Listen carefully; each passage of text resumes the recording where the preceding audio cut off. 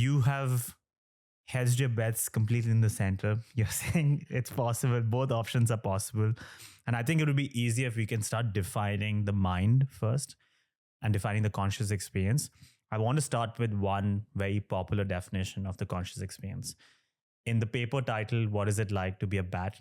Thomas Nagel had said that no matter how the form may vary, the fact that an organism has conscious experience at all means basically that there is something it is like to be that organism.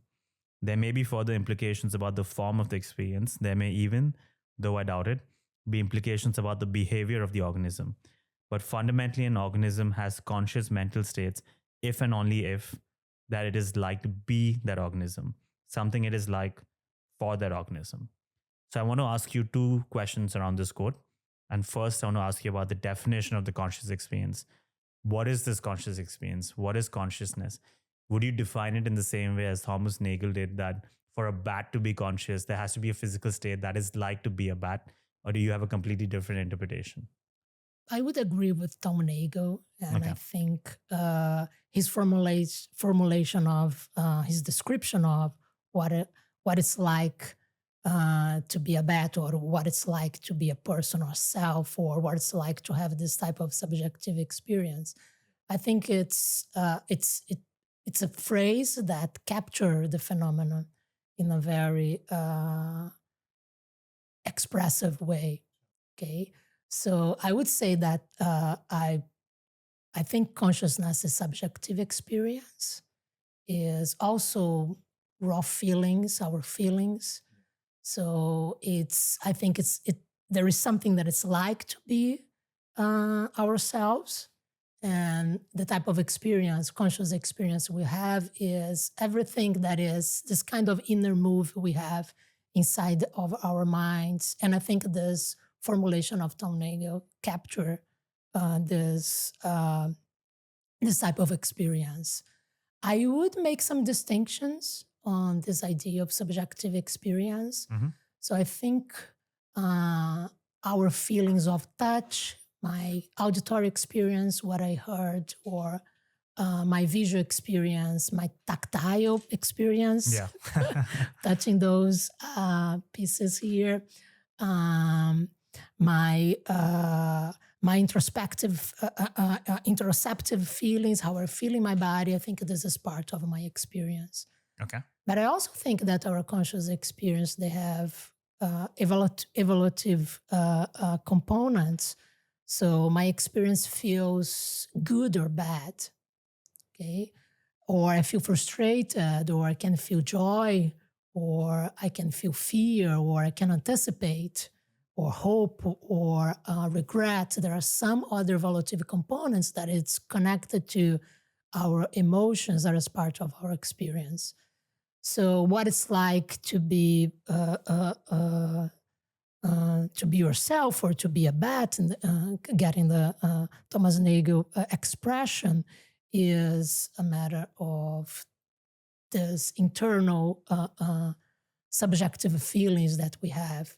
So the idea capture not only the type of content our conscious experience might have, but also capture the idea that there is a perspective in our experience. So I cannot experience the world from your perspective. I experience the world from my own perspective. Can we just linger on this subjective aspect a bit more? This is now, thanks to something David Chalmers had said in 1995. He had said that the really hard problem of consciousness is the problem of subjective experience. When we think and perceive, there's a world of information processing, but there's also a subjective aspect. And then once he said this subjective aspect then came to be known as the hard problem. Why do you think there is the subjective aspect to begin with? You mentioned the evolutionary trait. Why do we have this need for a subjective aspect for the conscious experience? Why do we need to have it?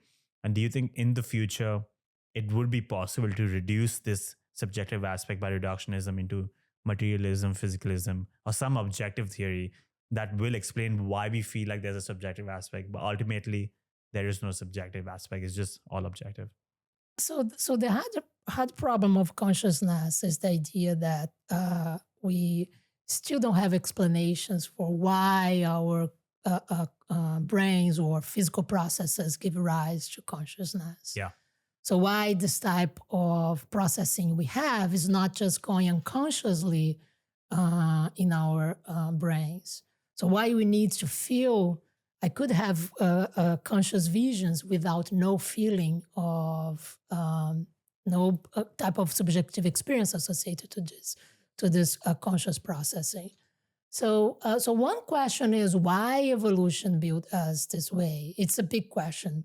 There are some candidate possible. Maybe consciousness give some type of adaptation that if you don't have consciousness, you probably would not be able to process. Maybe not just all our type of interpersonal relationships is related to the way we feel, but morality is related to the idea that some things might be bad or good, or something might be frustrating or compensating or rewarding you in some aspects. So you might need this to have some more complex actions. Maybe a creature without consciousness could perform this similar actions we perform with no evaluative preferences of what is good or bad for the creature. So maybe for the type, maybe why this would be necessary for the type of creatures we are, this might require, I think we don't have still a good explanation. Maybe some actions we perform needs us to process in a kind of slow motion and that would involve our memories and our feelings to make a more complex decision. But this is, or maybe to be an agent that is perspectival and takes into consideration many aspects of an environment, maybe be able to process this with conscious feelings, might give the creature more capacity to be able to perform type of actions we didn't perform before. So this would be one why evolution built us this. But I don't have, I think some philosophers have been thinking a lot about evolution. I think Dan Dennett, that just passed away yesterday, was really a force of nature and tried a lot to think about evolution and how our minds evolved with some aspects, and how the type of culture we developed is associated to the type of minds we have. He has this famous book, Kinds of Minds, and that tries to interact with the idea what would be the evolutionary role of consciousness. So there are some options of why, but I don't think that there is. I haven't seen one type of response to this question that is satisfactory to explain what type of diversity we have, the different creatures we have. And if you think, yesterday we just have the declaration, the New York Declaration of Animal Consciousness. And if you think that you have a variety of animals that are conscious, so why evolution built those creatures in a conscious way is a big question. So this is for your question about the necessity of the why we evolve as a conscious creatures. So for the question, I think the second question is if in the future. So one question was about the past and the future. If you will have a solution for an objective theory. Yeah. I hope so. Maybe the problem is so intractable that we will never solve the problem. Maybe it will be will rest with us for eternity. But maybe not. Maybe we need to work a lot in this direction to at least understand, in our case, even if we might not have a solution for other type of conscious correlations between consciousness and all type of physical processes we have.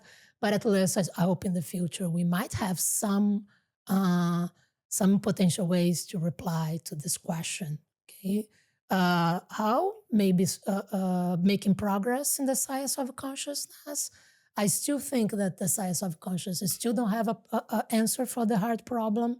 I think there are lots of interesting and new work that have been done trying to answer the easy problems, but the easy problems are problems. It's not that they are easy in the sense that they are easy to solve, but they don't actually direct the question of how our physical processes give rise to conscious processing. So, but they try to explain how the brain works and how we can detect consciousness in the brain, in our processes. And if you have a neuromarker of consciousness or a way to detect consciousness in the brain, you might be able to find consciousness in other creatures. So, so what we have nowadays is in the science of consciousness is an attempt to solve those easy problems. Anu Seth recently in his book talk about the real problem of consciousness, trying to formulate the entire problem of our consciousness based in this idea of the easy problem. I think there is an interesting way, I think might be an interesting way to formulate the idea, okay, we cannot solve this intractable problem that is very big. So let's go back to reality and see what we can do with the tools, the scientific tools we have nowadays. But it's not a final answer for the hard problem. It's just, I think, making progress where we can make, but it still is giving us lots of interesting tools to understand how the brain works, how we perform our actions, and it helping us also to understand what type of actions we can do unconsciously. We don't need. There are many processes in our brain that goes without many subjective feelings, subjective experience associated. So you can understand actions and the type of machinery we have, and where consciousness enters in the picture. So what are the processes that you might need consciousness? So I think the science of consciousness can help us to move on in this direction. And maybe in the future, if you have, and this I think is not just a science, I think we need new, or at least make progress in theories of consciousness. Maybe in the, is still a matter of the discussion of what type of theory is the right theory. We start with the discussion with the mind-body problem. So our physicalist theory is the best way to understand. So is our conscious experience reducible to physical processes, or are our conscious experience something that is beyond the physical processes? Yeah. So if it's beyond, it doesn't mean that science cannot give us some guidance, but science might explain the physical part of what the physical processes, but not explain everything in consciousness. So we might need other type of. But I think if you start with the question about Descartes and the mind-body problem and ask a question about the soul. But I think even in the Cartesian picture, brain processes, I think even Descartes might be in agreement that whatever mind we have, our physical processes might play an important role in the type of minds we have. The question is whether the brain processes will exhaust the explanations of our mind, and he thinks we would need an extra properties that would explain, would help us to understand at least the mental processes we have.